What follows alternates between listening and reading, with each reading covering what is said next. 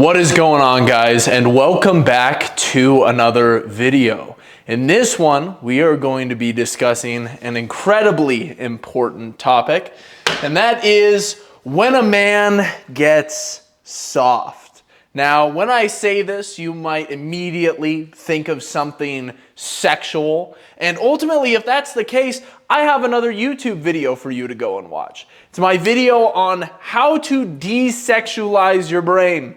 You might need it. Because I am not referring to soft in a sexual context. When I say soft, I am referring to being passive. I'm referring to getting too comfortable, all right?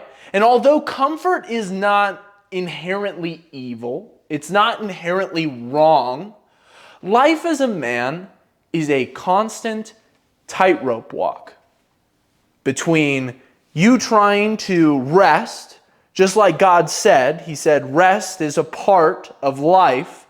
I'm going to give you the Sabbath to rest on. And laziness, slothfulness, and being lackadaisical. All right, so you're walking this tightrope. You're constantly trying not to fall off as a man, trying to take an adequate amount of rest, that God intended you to take, but at the same time, it's incredibly difficult to walk. It's incredibly difficult to not fall off.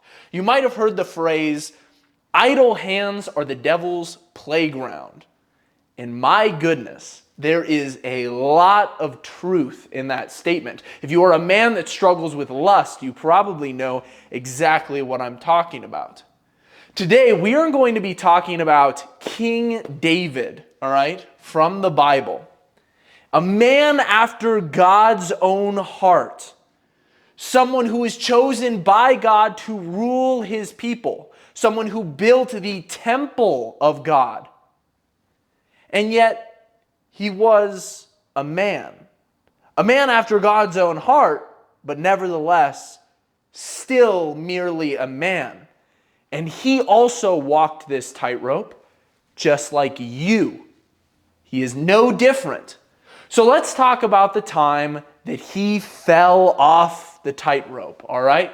Now, ultimately, what happened? I'll give you a little bit of context before we jump into the exact verse. When all of the men were off to war, David stayed home. It says, in the spring, at the time when kings go off to war, David sent Joab out with the king's men and the whole Israelite army. They destroyed the Ammonites and besieged Rabbah. But David remained in Jerusalem.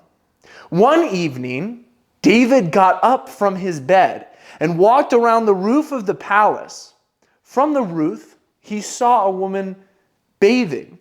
The woman was very beautiful, and David said, send someone to find out who she is. The man said, she is Bathsheba, the daughter of Eliam, and the wife of Uriah the Hittite. Then David sent messengers to get her. She came to him, he slept with her, then she went back home. The woman conceived and sent word to David and said, I am pregnant. So David sent word to Joab and said, send me Uriah the Hittite. All right, this is just the beginning of the story, but I'm going to stop there. And I want to highlight a couple different things about the verses that I've already read.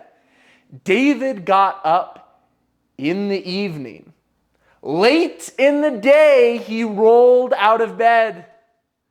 Sounds like David hasn't been keeping up with his habits. David hasn't been going to bed early. David hasn't been waking up early in the morning. He hasn't been practicing his 11 habits of the unbreakable man. David is not off at war with all of the men. He's sending somebody else to fight his battles. Oh, how the mighty have fallen. The one who once slayed Goliath, the one who once went out on the battlefield when everybody else was scared, now sends others to fight his wars for him. Ultimately, when he looks out, he sees Bathsheba bathing. And when I think about all of these different things that point to David sort of falling off, and becoming soft and lackadaisical. I like to think that he probably had gained a little bit of weight during this time as well. You know, eating the palace food a little bit too much. He's not exercising as much as he should be. He wasn't quite the same physique as when he killed Goliath on the battlefield. You know, he's holding an extra 30, 40 pounds of body fat from where he used to be. And he's going out onto his terrace and he sees Bathsheba bathing. He sends someone to go grab her. He then fornicates with her, which ultimately spawns a series of events that would ultimately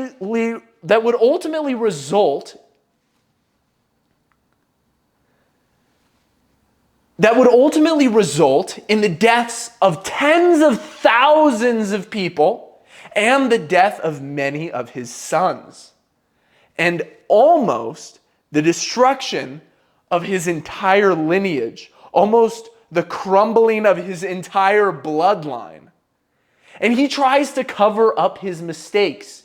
He sends for Uriah the Hittite, Bathsheba's husband, has him sent back to Jerusalem, and he tries to get him to drink wine. He tries to get him to go home to sleep with his wife because he's trying to cover up his tracks.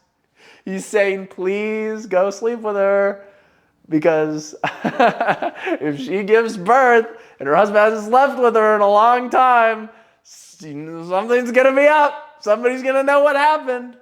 He's trying to cover it up. But Uriah won't even sleep with his own wife because Uriah is incredibly hard.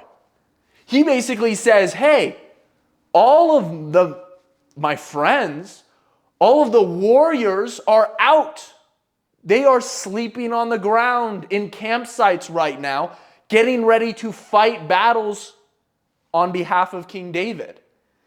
He says, I'm not going to sleep with her. They are all out at war. Why should I be able to go home and bust inside of my wife when everybody else is out there suffering, when everybody else out there is going through it? So he doesn't do it. He doesn't give in to the comfort. He's exactly the opposite of David. And then guess what David does? He sends Uriah to his death because he would not fold. He sends with Uriah a message that is ultimately going to kill Uriah. It says to the general of the army, leave Uriah out on the front lines and then abandon him and let him get slaughtered during the battle. And that's exactly what happened. So Uriah is dead. And now David can marry Bathsheba because Uriah is dead and his sin is covered up. All right? Now, ultimately, why does this end up happening? Why does everything fall into chaos? Well, it's because David got soft. This is the same David that ultimately rebuked his wife earlier on. One of his wives critiqued him for praising the Lord and dancing in the street in his underwear in front of some servant girls. And his wife came up to him and said, how dare you? How dare you dance like that in front of these women and frolic around praising the Lord? You're humiliating yourself. This is disgusting. And David turns to her and he says, woman, I am going to praise the Lord and I will be exalted in front of these women. These women will not look down upon me. They will see that I am praising the Lord and they will respect me for that. And he rebukes her. And then she goes on to be barren for the rest of her entire life. I think God took that a little bit personally. I think God liked it when David went out and was praising him, even at his own expense, even though he may have looked silly, not wearing clothes, in the streets, dancing, praising God. But David loses his edge, all right? Here are some key takeaways. You need to stay hard. And when I say that, it makes me crack up because it sounds funny and it sounds cringy. But at the end of the day, your life depends on it. A lot of people are going to ridicule you for this. A lot of people are going to ridicule you for staying rigid, to holding on to your values, for trying as best as you possibly can to maintain a disciplined and consistent lifestyle. People will question you. They'll say, well, what about balance? You need to live a balanced life. You need to drink. You need to go home. You need to sleep with your wife. Other people are off at war, but you're home. Go sleep with your wife. Go drink some wine. They're going to ridicule you. They're not going to understand. And although when I tell you you need to stay hard, like David Goggins often says, it sounds funny, it's incredibly true. If you don't hold yourself accountable to doing things that are hard, if you don't hold yourself accountable to growing, you are going to become complacent. You are going to fall into sloth and into laziness. This is why I love self-improvement. This is why I love business. And this is why I love work. This is why I'm working so much. Is because I understand that when I try to implement some balance, I start making compromises. And down the line, I don't like who I become. That's why I wake up every single day and do very similar things. It's why I have goals that I shoot for. It's why I work so hard. It's because I've seen this happen time and time and again, where somebody says to me, yo, just relax a little bit.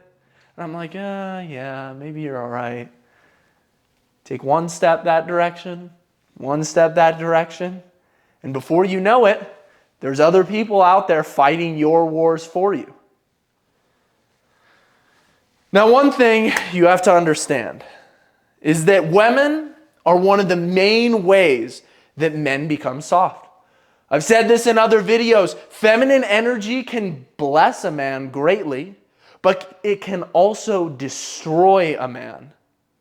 I want you to take this scenario and I want you to put it inside of your mind and think about how powerful it is, because this has happened many times. A man says, I need to go off to war. And his woman says, no, stay with me. Don't leave. I love you. If you love me, you will stay. You see the manipulation there? But he says, I love you, and that is why I must go. The curse of man after the fall in the Garden of Eden was your work will be hard from here on out. You will now have to learn through the pain of your mistakes. The curse of Eve is your desire shall be to control your husband, but he shall rule over you. Man is cursed. Woman is cursed. It all traces back to Genesis. And I need you as men to constantly be on the watch so that you do not go soft.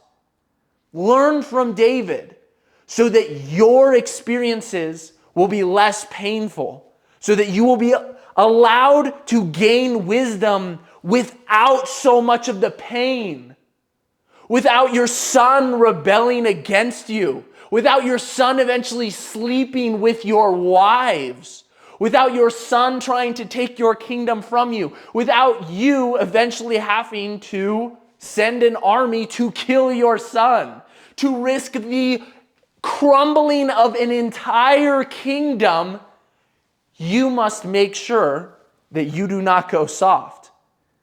This is not a light matter.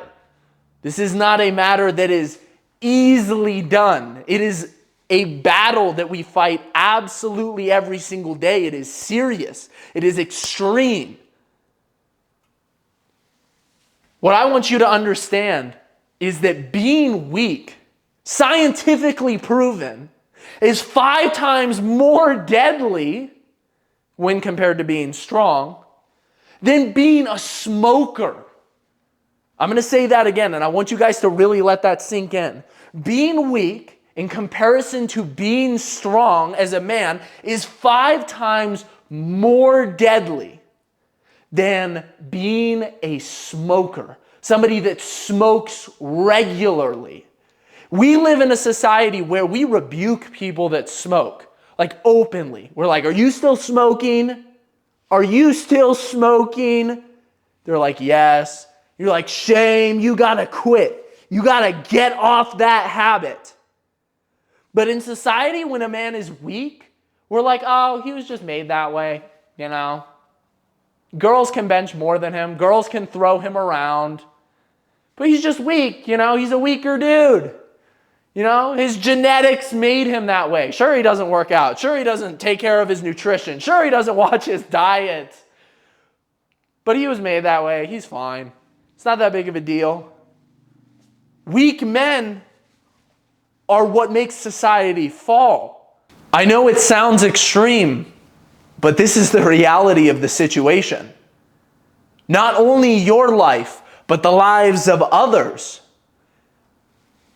An entire kingdom can depend on your ability to stay strong and continue to make hard choices, to be honest, to not cover up your mistakes, to not cover up your lies. To lead is to sacrifice. It is hard.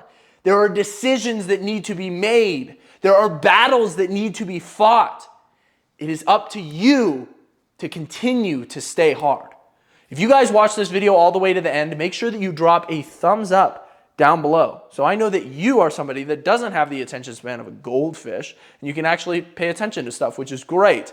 And just another reminder, make sure that you guys actually take what I'm saying in these videos and start applying them in your own lives. Start practicing the habits. Start implementing these things. Because if you're just watching through this video and you're not doing anything about it, you're just jerking off. You're just jerking off. You're getting satisfaction thinking about doing it, but you're not actually doing it. So please don't jerk off to my videos. Drop a like down below, and I will see you guys all in the next video. Peace.